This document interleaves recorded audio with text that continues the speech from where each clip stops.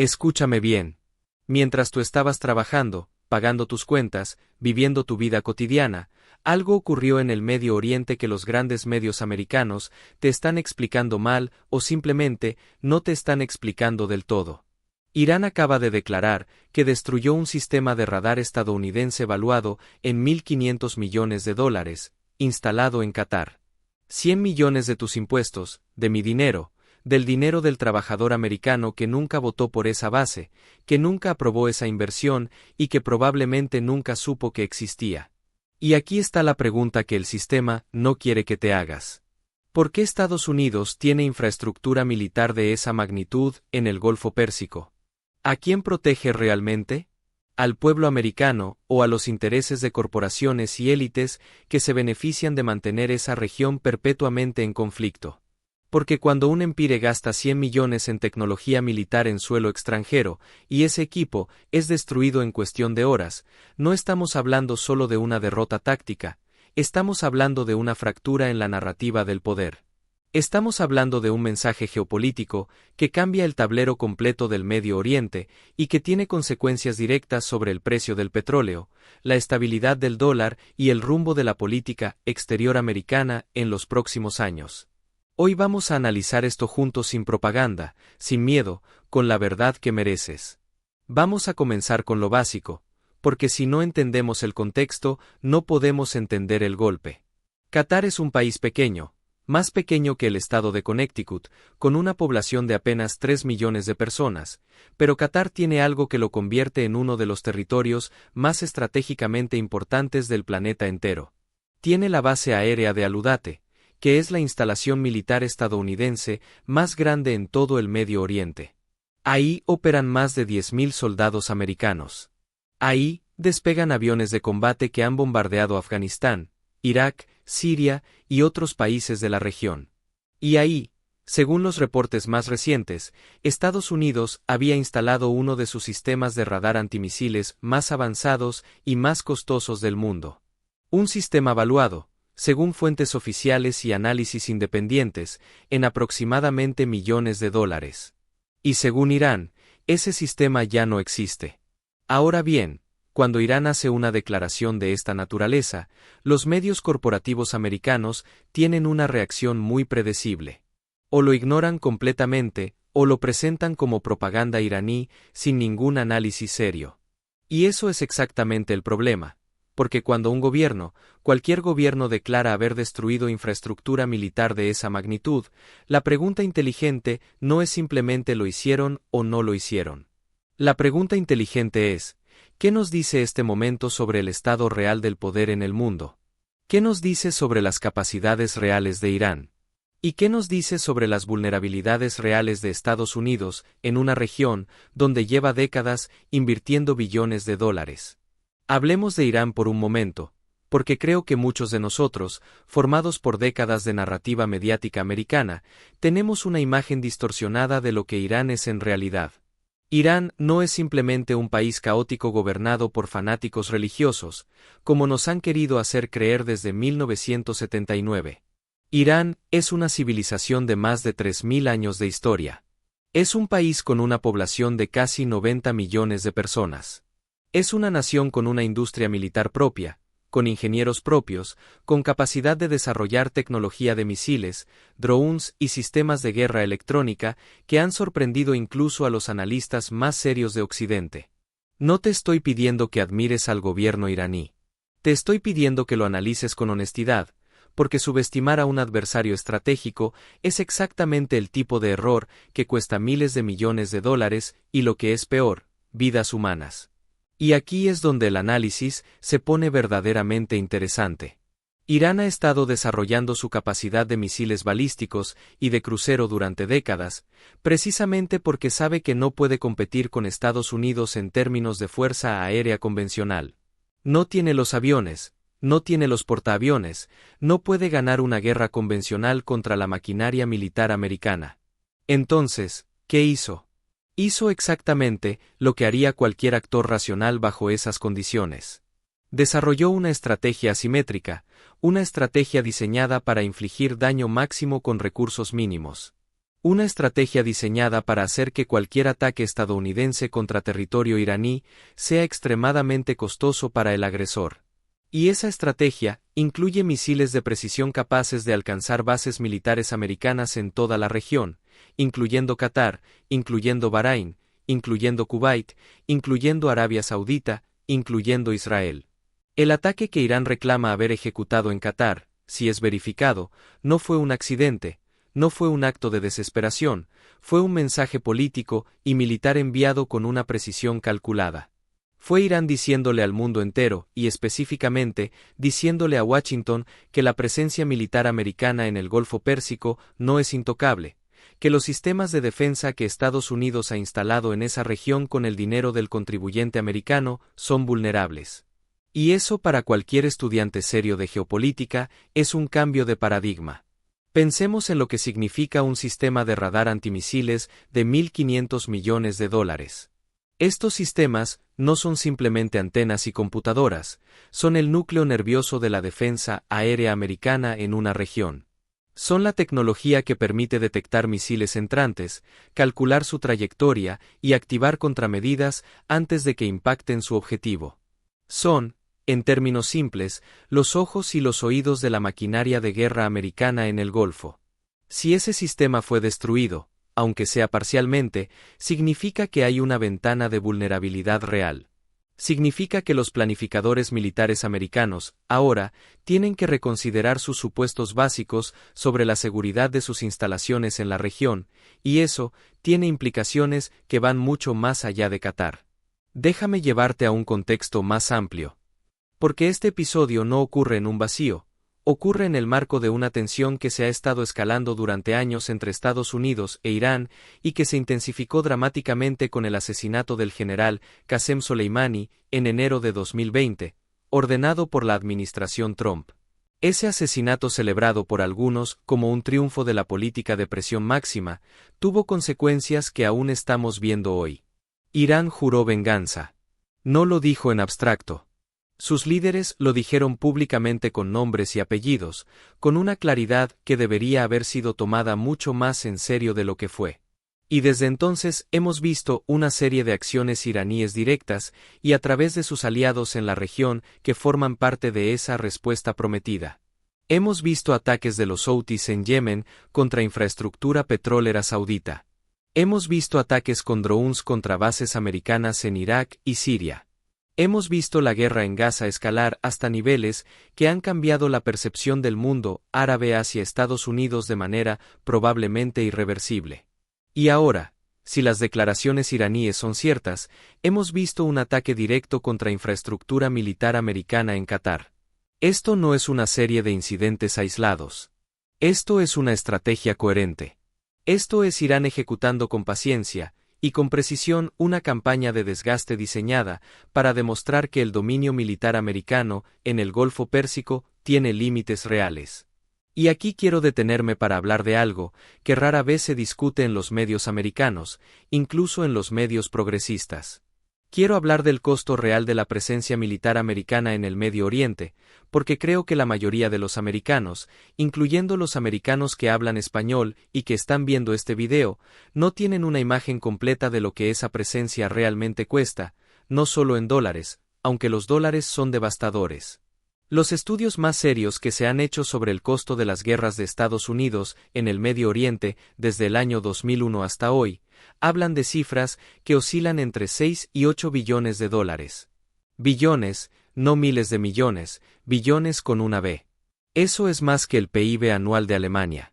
Eso es más que lo que Estados Unidos gasta en educación, infraestructura y salud pública combinadas durante varios años. ¿Y qué ha comprado ese gasto colosal? ¿Ha comprado estabilidad en el Medio Oriente? No. La región está más inestable hoy que en 2001. ¿Ha comprado seguridad para el pueblo americano? Jefferson. El terrorismo no desapareció con las guerras de Afganistán e Irak. En muchos sentidos se multiplicó. ¿Ha comprado aliados confiables tampoco? Arabia Saudita, que se supone es el gran aliado americano en la región, tiene relaciones cada vez más estrechas con China y con Rusia. Los Emiratos Árabes Unidos están diversificando sus relaciones estratégicas. Incluso Qatar, donde está la base de Aludate, ha mantenido relaciones con Irán que incomodan profundamente a Washington. Entonces, ¿a quién ha beneficiado realmente ese gasto de 6 a 8 billones de dólares? Esa es la pregunta que un análisis honesto no puede evitar. La respuesta, si la buscamos con honestidad, nos lleva a la industria de defensa americana. Nos lleva a Lockheed Martin, Ron, Boeing, Northrop Grumman y las docenas de corporaciones que fabrican los misiles, los aviones, los radares, los vehículos blindados y todo el ecosistema tecnológico que requiere una guerra moderna. Estas corporaciones no solo se benefician cuando hay guerra, se benefician cuando hay tensión, se benefician cuando hay la amenaza de guerra, porque la amenaza de guerra justifica presupuestos de defensa que de otra manera serían imposibles de defender políticamente. Y cada vez que un sistema de 1.500 millones de dólares es destruido, ¿sabes lo que ocurre? Hay que reemplazarlo y el contrato para reemplazarlo va a una de esas corporaciones y los accionistas de esas corporaciones, muchos de los cuales son fondos de inversión que a su vez pertenecen a las élites financieras más poderosas de Estados Unidos, ganan dinero. Es un ciclo. Es un ciclo perfectamente diseñado para perpetuarse a sí mismo. Ahora bien, no quiero que esto suene como una teoría conspirativa simple, porque no lo es. La realidad es mucho más compleja y mucho más sistemática que una conspiración. No estoy diciendo que hay un grupo de hombres malvados en una habitación oscura decidiendo cuándo empezar guerras para hacer dinero. Lo que estoy diciendo es algo más profundo y más preocupante.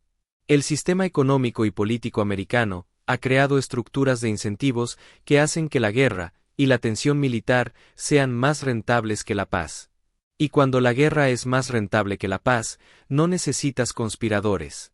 El sistema produce guerra de manera casi automática, como un subproducto natural de su propia lógica interna.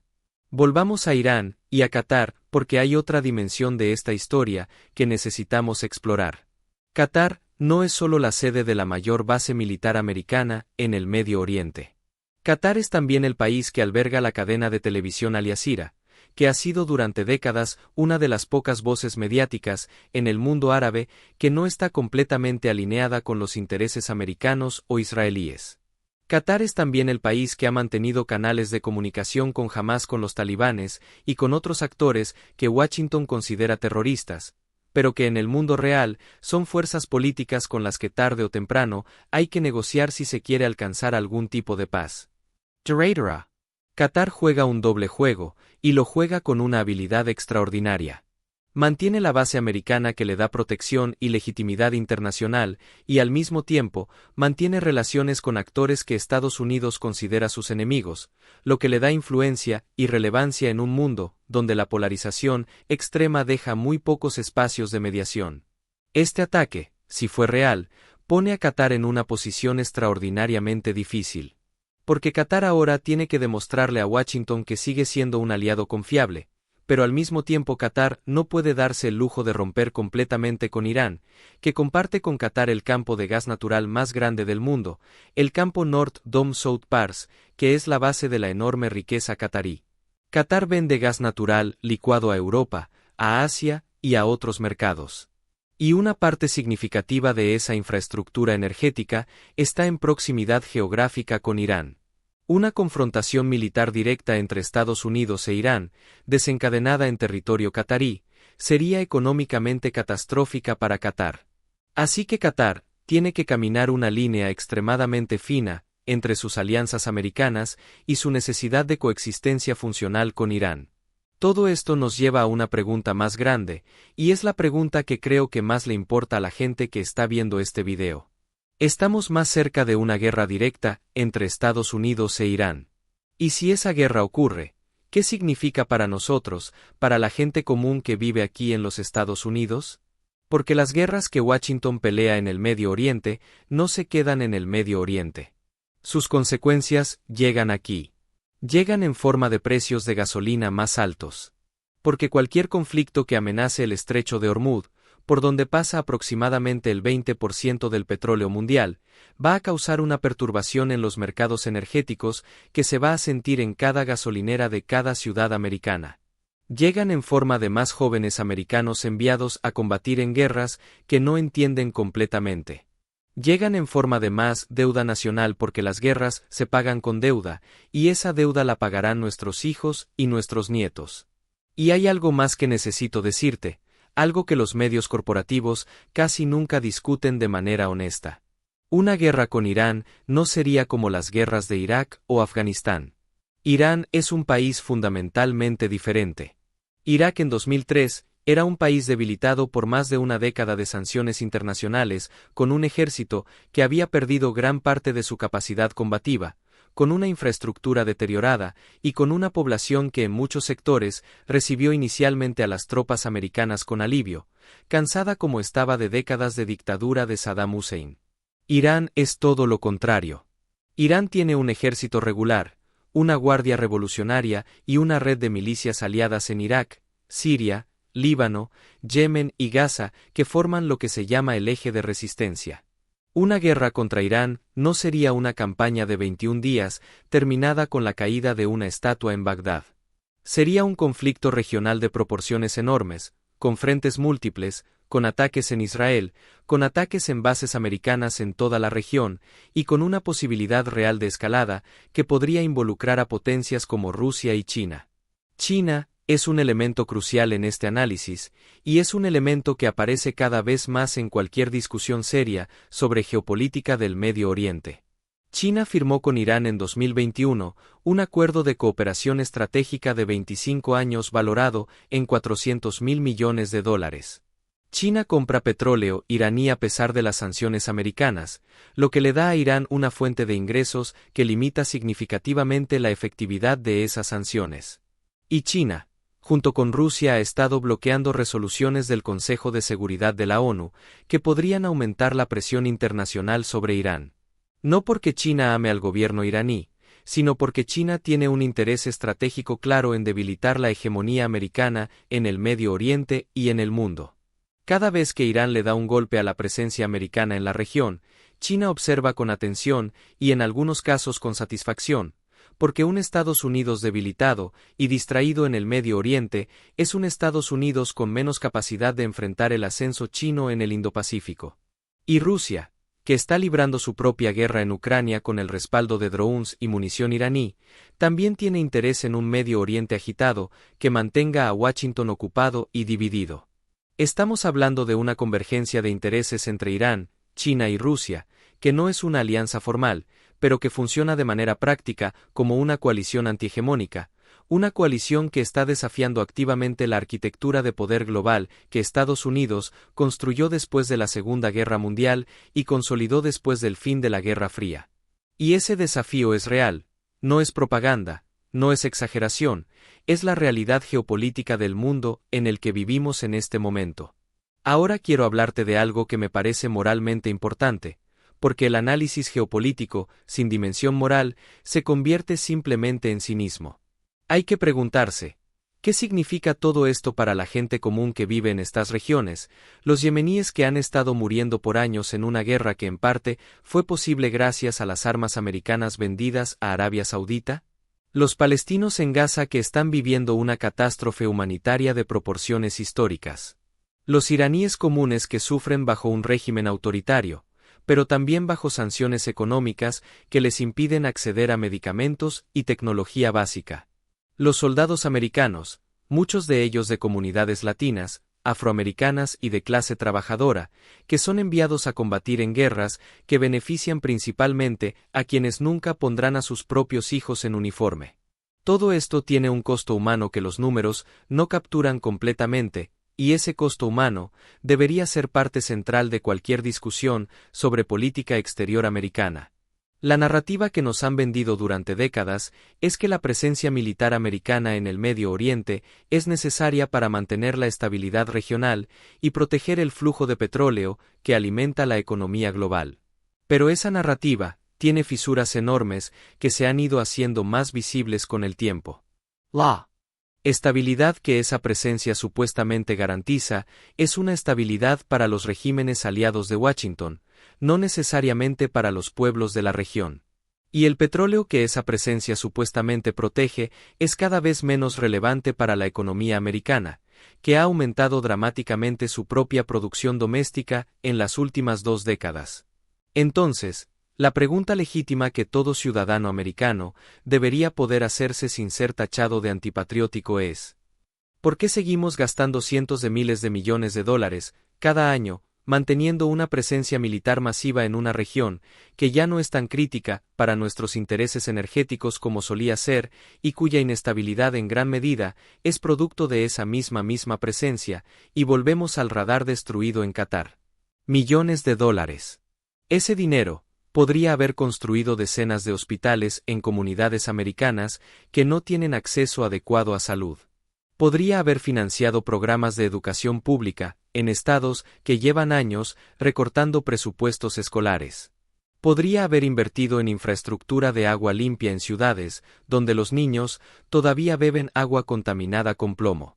Podría haber apoyado a las familias de veteranos que regresan de guerras con traumas que el sistema de salud americano no está equipado para tratar adecuadamente. No digo esto para ser sentimental. Lo digo porque las decisiones sobre cómo gastar el dinero público son decisiones políticas que reflejan prioridades políticas.